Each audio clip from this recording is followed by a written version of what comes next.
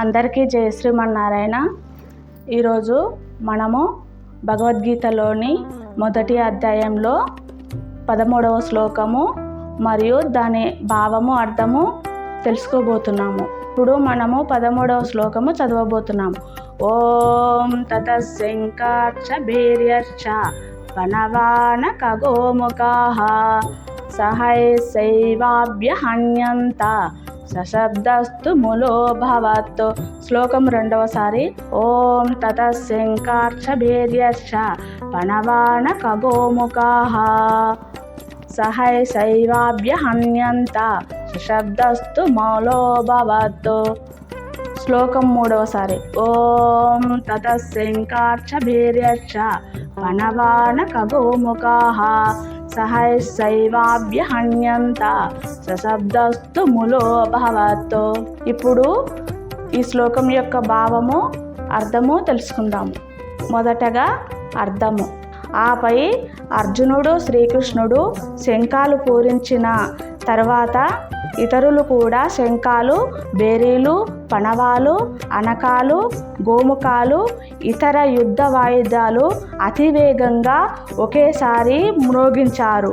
ఆ ధ్వని మిక్కిలి గొప్పదిగా భీకరమైన శబ్దంగా మారింది.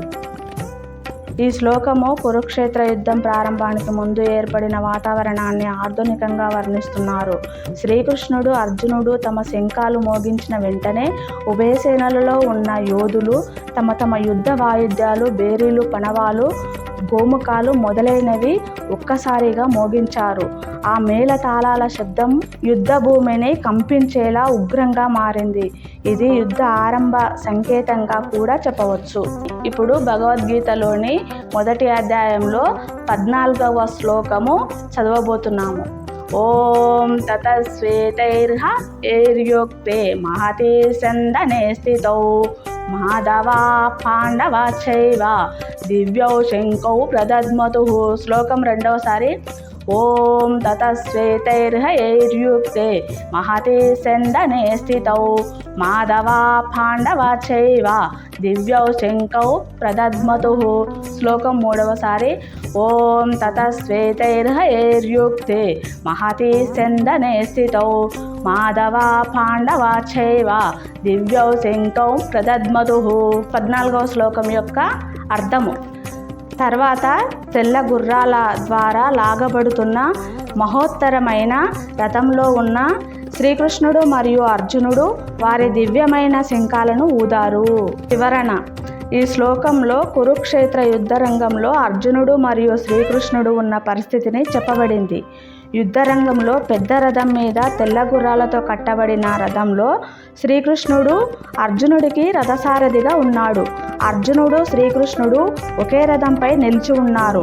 వారిద్దరూ తమ తమ దివ్యమైన శంఖాలను ఊదడం ద్వారా యుద్ధం ప్రారంభానికి సంకేతం ఇస్తారు.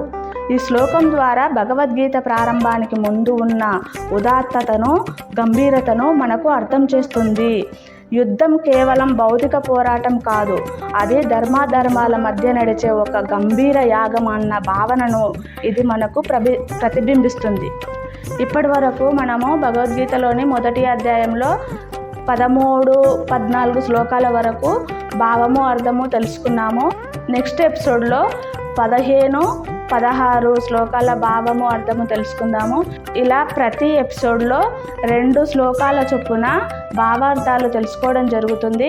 కనుక ఈ వీడియో నచ్చినట్లయితే లైక్ చేయండి, షేర్ చేయండి, సబ్స్క్రైబ్ చేసుకోండి, మీ బంధుమిత్రులకు షేర్ చేయండి. అందరికీ జై శ్రీమన్నారాయణ.